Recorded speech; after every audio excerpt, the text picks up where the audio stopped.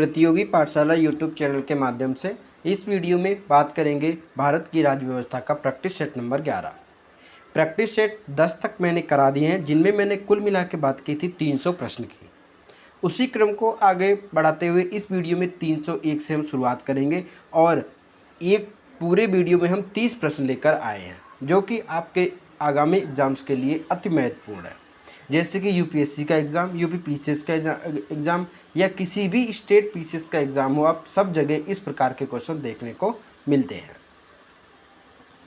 तो हम इस वीडियो का पहला प्रश्न, और अगर हम क्रम के रूप में देखते हैं तो 301वां प्रश्न है कि भारत के संविधान मसौदे की जांच के लिए निम्नलिखित में से कौन विशेष समिति का अध्यक्ष था।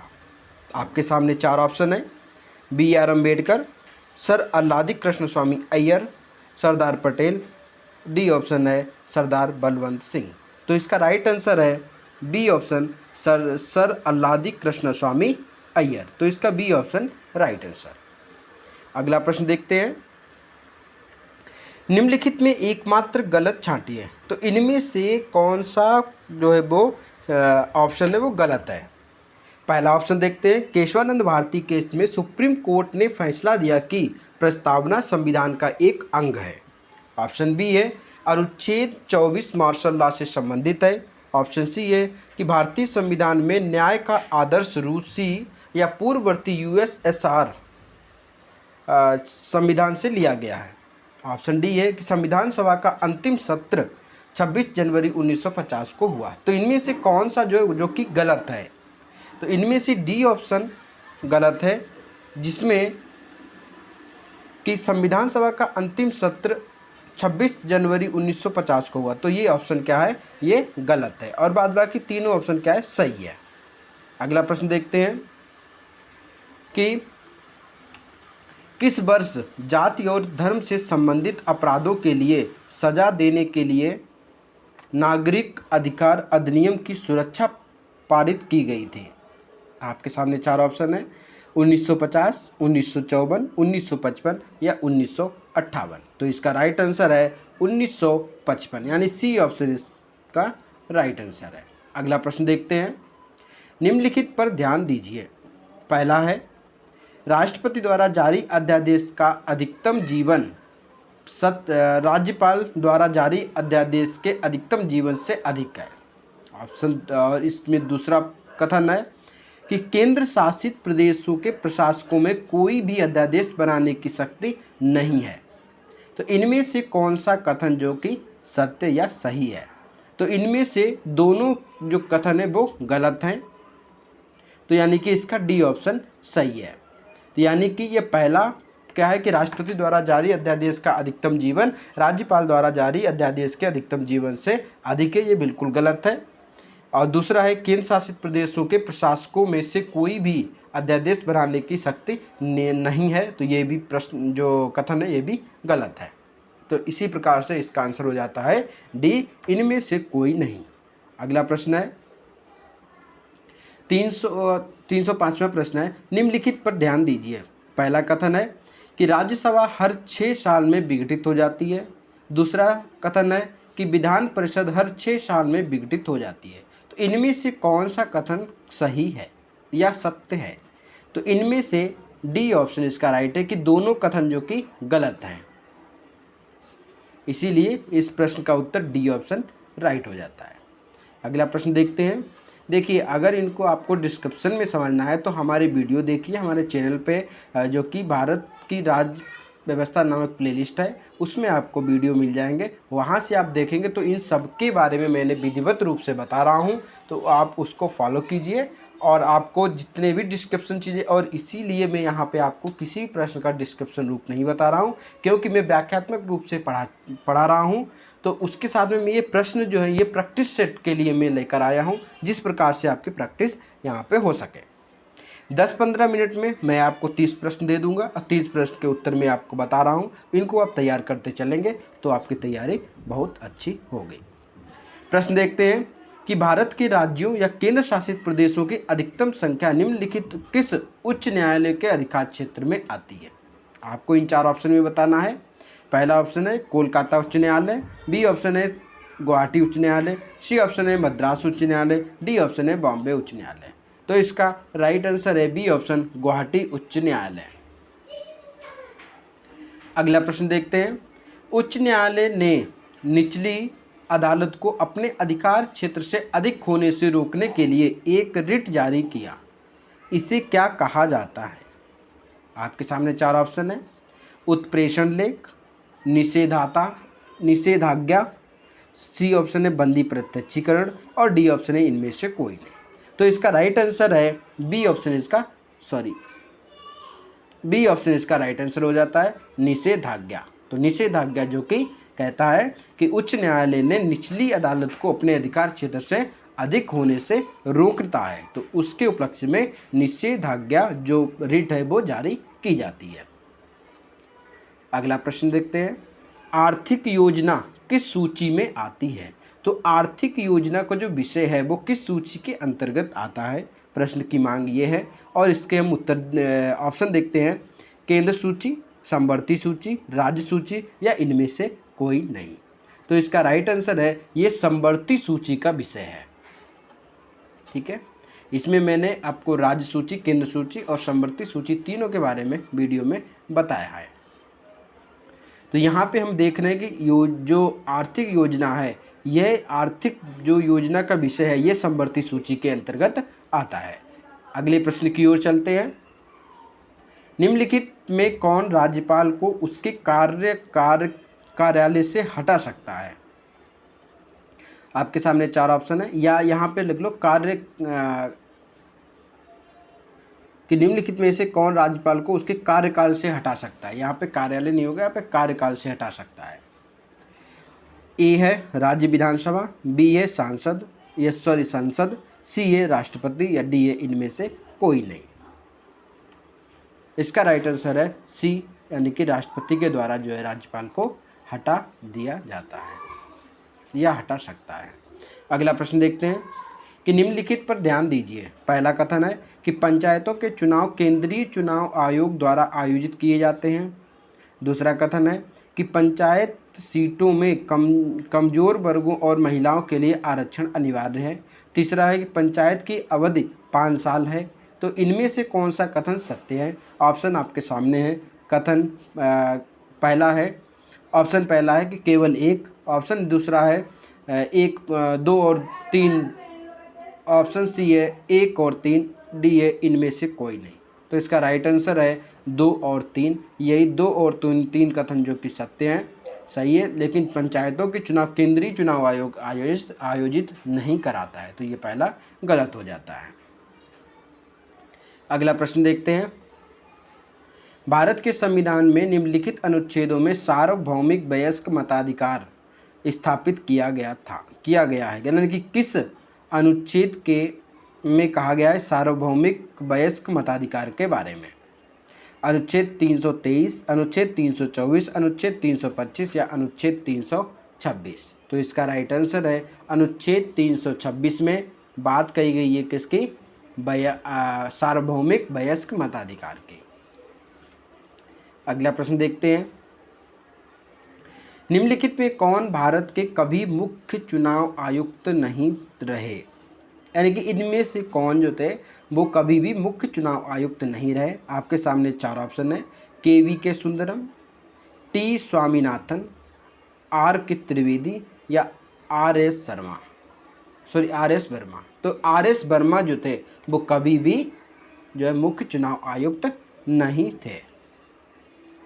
अगला प्रश्न देखते हैं। मतदाताओं का पंजीकरण निम्नलिखित में से किसकी जिम्मेदारी है? ऑप्शन आपके सामने है।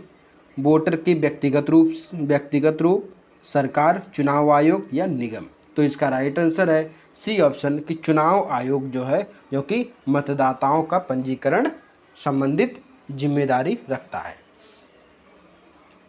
अगला प्रश्न है। 1956 में बलवंत राय मेहता आयोग का क्या उद्देश्य था?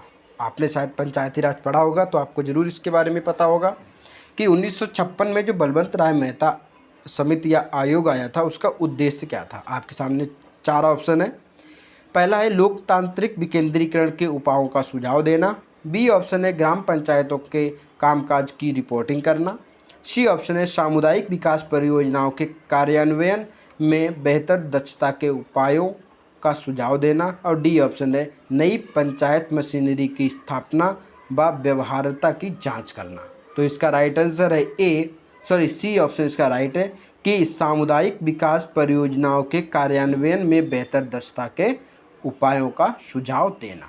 तो ये था बलवंत राय मेहता आयोग का उद्देश्य, जो कि 1956 में आया था। अगला प्रश्न देखते हैं, निम्नलिखित में कौन सी समिति भारत में IAS और IPS को खत्म करने की सिफारिश के लिए जानी जाती है? आपके सामने 4 ऑप्शन है, ढेबर आयोग, कालेकर आयोग, खेर आयोग या राजमन्नार आयोग। तो इसका राइट आंसर है डी, राजमन्नार आयोग। तो राजमन्नार आयोग जो कि या समिति कह लो इसको, जो कि भारत में IAS और IPS को खत्म करने की सिफारिश के लिए जानी जाती है। अगला प्रश्न देखते हैं, निम्नलिखित में कौन सा भारत के सुप्रीम कोर्ट के सलाहकार क्षेत्राधिकार का सही निहितार्थ है? ऑप्शन ए देखते हैं, यह मांग पर भारत के राष्ट्रपति को सलाह देता है। बी ऑप्शन है, यह कानूनी मामलों पर भारत के प्रधानमंत्री को सलाह देता है। सी ऑप्शन है, यह सभी संवैधानिक मामलों पर भारत सरकार को सलाह देता है। और डी ऑप्शन है, उपयुक्त सभी। तो इसका राइट आंसर है कि यह मांग, यानी ए ऑप्शन इसका राइट है, यह मांग पर भारत के राष्ट्रपति को सलाह देता है।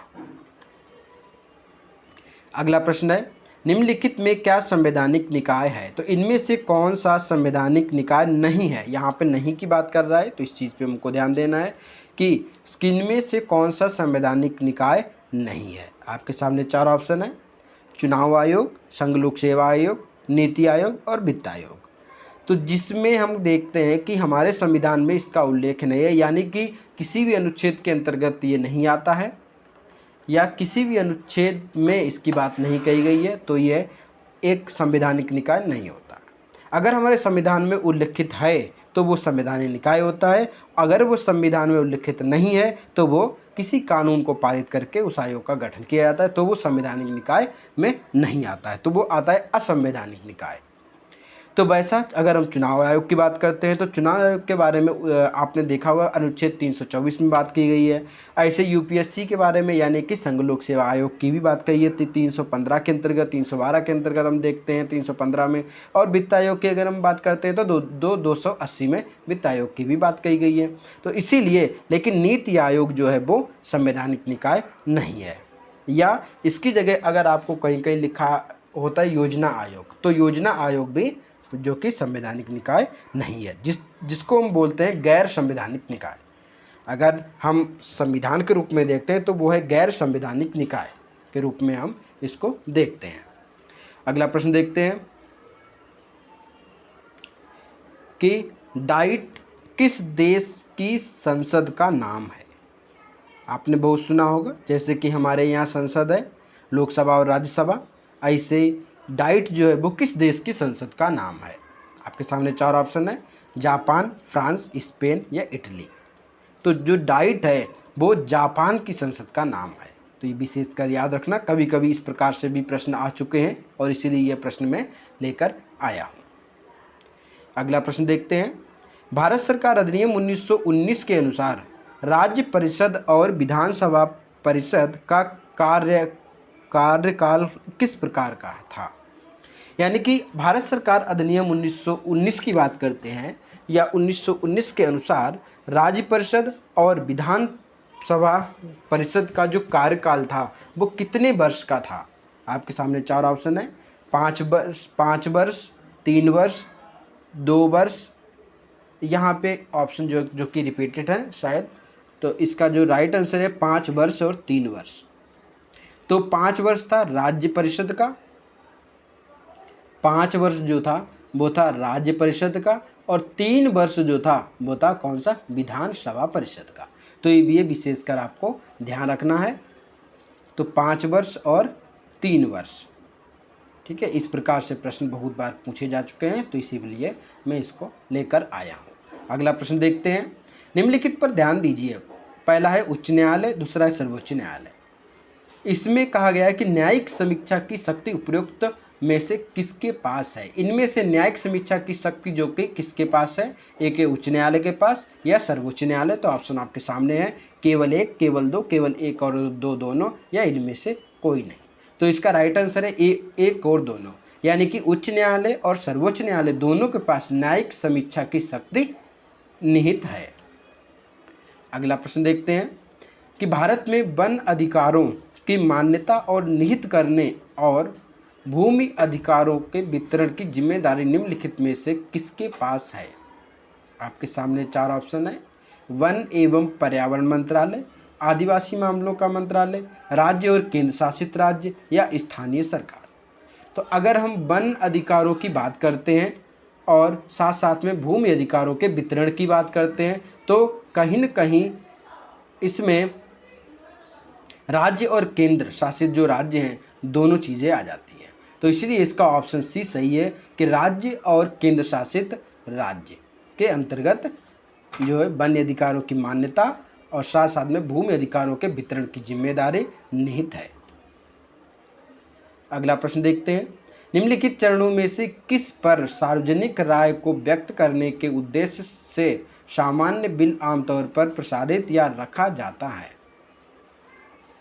किसके लिए जो भी बिल अगर पारित होते हैं तो वो अगर कहीं उनको सामान्य बिल जो होते हैं उनको किस तौर पर प्रसारित या उसको रखा जाता है उसकी बात कर रहा है। तो ऑप्शन आपके सामने है, पहले अध्ययन के बाद, पहले अध्ययन के बाद और दूसरे अध्ययन से पहले, दूसरे अध्ययन के बाद और तीसरे अध्ययन से पहले, या तीसरे अध्ययन के बाद। तो इसका राइट आंसर है तीसरे अध्ययन के बाद। अगला प्रश्न है, राष्ट्रीय आपदा प्रतिक्रिया निधि जिसने 28 सितंबर 2010 को राष्ट्रीय आपदा आकस्मिक निधि को बदल दिया, इनको निम्नलिखित में से किस वर्गीकृत किया गया। आपके सामने चार ऑप्शन है, भारत की समेकित निधि, भारत की आकस्मिक निधि, सी ऑप्शन है भारतीय सार्वजनिक खाता, या डी ऑप्शन है इनमें से कोई नहीं। तो इसका राइट आंसर है कि भारतीय सार्वजनिक खाता के अंतर्गत इनको रखा जाता है, या इनका जो बदल दिया गया है, जो राष्ट्रीय आपदा प्रतिक्रिया निधि को 2010 में बदल के राष्ट्रीय आपदा आकस्मिक निधि कर दिया गया है। तो ये है भारतीय सार्वजनिक खाता के अंतर्गत आता है। अगला प्रश्न है, जुंगा पिठिया किस प्रदेश का राष्ट्रीय मछली है। आपके सामने चार ऑप्शन है, असम, अरुणाचल प्रदेश, मेघालय और मिजोरम। तो इसका राइट आंसर है असम। असम का जो राजकीय मछली है उसका बोलते हैं जुंगा पिठिया। अगला प्रश्न देखते हैं, उच्चतम न्यायालय में न्यायाधीशों की संख्या कैसे बढ़ाई जा सकती है। उच्चतम न्यायालय जो होता है यानी सुप्रीम कोर्ट है, उसमें न्यायाधीशों की संख्या की बात करती है वो किस प्रकार से बढ़ाई जाती है। आपके सामने चार ऑप्शन है, यदि लंबित मामलों की संख्या के संबंध में सर्वोच्च न्यायालय से कोई प्रतिनिधित्व है और न्यायाधीशों की संख्या में वृद्धि की आवश्यकता है। बी ऑप्शन है संविधान में संशोधन के द्वारा, सी ऑप्शन है संसद में अधिनियम के द्वारा, और डी ऑप्शन है राष्ट्रपति के अध्यादेश के द्वारा। तो इसका राइट आंसर है कि संसद में अधिनियम के द्वारा उच्चतम न्यायालय या सुप्रीम कोर्ट में न्यायाधीशों की संख्या में बदलाव या उसको बढ़ाया जा सकता है या उसमें घटाया जा सकता है। तो ये शक्ति जो है वो संसद में अधिनियम को पास करके ये जो प्रबंध है वो किया जाता है। अगला प्रश्न देखते हैं, सदन की बैठक में मौजूद सदस्यों की न्यूनतम संख्या या उसके व्यापार के वैध लेन देन के लिए समिति को कोरम कहा जाता है। इस संदर्भ में निम्नलिखित पर विचार करें। पहला कथन है, संसद की बैठकों का निर्माण करने के लिए कोरम सदन के सदस्यों की कुल संख्या का 1/5 है। दूसरा कथन है कि समिति के संबंध में बैठने के लिए कोरम समिति के सदस्यों की कुल संख्या का 1/2 है। और इनमें से कौन सा कथन सही है, केवल एक, केवल दो, एक और दो दोनों, या इनमें से कोई नहीं। तो इसका राइट आंसर है इनमें से कोई भी ऑप्शन, जो कि सही नहीं है, यानी कि दोनों ऑप्शन गलत हैं। अगला प्रश्न देखते हैं। एक रिट जारी करने में सुप्रीम कोर्ट के आदेश उत्तरदाता उस कार्यालय के हकदार नहीं था जिसे वह पकड़ रहा था, या वह एक विशेषाधिकार था जिसका वह प्रयोग कर रहा था। उपयुक्त घोषणा के निम्नलिखित रिट के रूप में अपनाया जा सकता है। ऑप्शन आपके सामने है। निषेधाज्ञा, अधिकार प्रक्षा, उत्प्रेषण लेख या बंदी प्रत्यक्षीकरण। तो इसका राइट आंसर है अधिकार प्रक्षा। अधिकार प्रक्षा जो कि जिसके अंतर्गत कहा गया कि सुप्रीम कोर्ट के आदेश उत्तरदाता उस कार्यालय में के हकदार नहीं था जिससे वह पकड़ रहा था, या वह एक विशेषाधिकार था जिसका वह प्रयोग कर रहा था। तो ये बात कर रहा है कि अधिकार प्रक्षा के बारे में। अगला प्रश्न देखते हैं। द्विसदनीय विधायिका निम्नलिखित में से किस सरकार की एक विशेषता है? जो द्विसदनीय विधायिका है वो किस सरकार की एक विशेषता है उसके बारे में पूछ रहा है। तो यहाँ पे ऑप्शन आपके सामने है कि संसदीय व्यवस्था, राष्ट्रपति व्यवस्था, संघीय व्यवस्था या एकता प्रणाली। तो इसका राइट आंसर है संघीय व्यवस्था का ये एक विशेषता है। अगला प्रश्न देखते हैं। भारतीय संविधान के अनुसार नई अखिल भारतीय सेवाओं की शुरुआत निम्नलिखित में किसके द्वारा हो सकती है? ऑप्शन आपके सामने है। लोकसभा, राज्यसभा, भारतीय प्रदेशों के 2/3 भाग या अंतर्राज्यीय परिषद। तो इसका राइट आंसर है राज्यसभा का ये अधिकार है, जिसमें कहा गया कि भारतीय संविधान के अनुसार नई अखिल भारतीय सेवाओं का सृजन की बात करता है, जो कि राज्यसभा में ये बिल पास किया जाता है। तो ये आए राज्यसभा की बात कर रहा है। अगला प्रश्न देखते हैं। सभी अल्पसंख्यक शैक्षिक संस्थान भारत के संविधान के निम्नलिखित किस अनुच्छेद में अधिकार में शामिल अधिकारों का प्रयोग करने के हकदार हैं? ऑप्शन आपके सामने हैं। तो किस अनुच्छेद के अनुच्छेद 27, अनुच्छेद 28, अनुच्छेद 29 या अनुच्छेद 30? तो इसका राइट आंसर है अनुच्छेद 30। इस प्रकार से मैंने यहाँ पे प्रश्न जो है 20 यानी कि 30 प्रश्न करा दिए हैं। और अगर आपको किसी भी प्रश्न में कोई भी कन्फ्यूज़न है तो उसके लिए आप कमेंट बॉक्स में अपना कमेंट दें। और इसी प्रकार से हम अगला वीडियो भी लाएंगे जिसमें हम बात करेंगे 30 अति महत्वपूर्ण प्रश्न की, जो कि आपके प्रैक्टिस सेट में करा रहा हूँ यहाँ पे। इसी प्रकार से हम ये सीरीज चलती रहेगी और साथ साथ में आप करेंट अफेयर के भी जो मैं करा रहा हूँ वो भी, जो कि मैंने भी जनवरी, फरवरी और इस प्रकार से मैं जितने भी करंट अफेयर हैं वो पूरे लेकर आ रहा हूँ, जिसको आप देखने से आपके जितने भी करंट अफेयर हैं वो जल्द से जल्द तैयार हो जाएंगे। इस प्रकार से व्याख्यात्मक रूप से भी क्लासें चल रही हैं, आप उनको भी देखिए। वहाँ से भी आप पॉलिटी और साथ साथ में इतिहास यानी कि प्राचीन इतिहास की कुछ क्लासेस हो चुकी हैं और अभी चल भी रही हैं, तो उनको भी आप देखते रहिए। और इसी प्रकार से और अधिक से अधिक वीडियो को शेयर करें, लाइक करें, कमेंट्स करें। कोई भी कमेंट्स आप देना चाहते हैं आपके सामने आप ऑप्शन है कमेंट का, तो आप कमेंट ज़रूर दें और साथ साथ में हमको सुझाव दें, जिस प्रकार से हम आगे भी वीडियो लाते रहें। मिलते हैं अगले प्रैक्टिस सेट के साथ, तब तक के लिए धन्यवाद।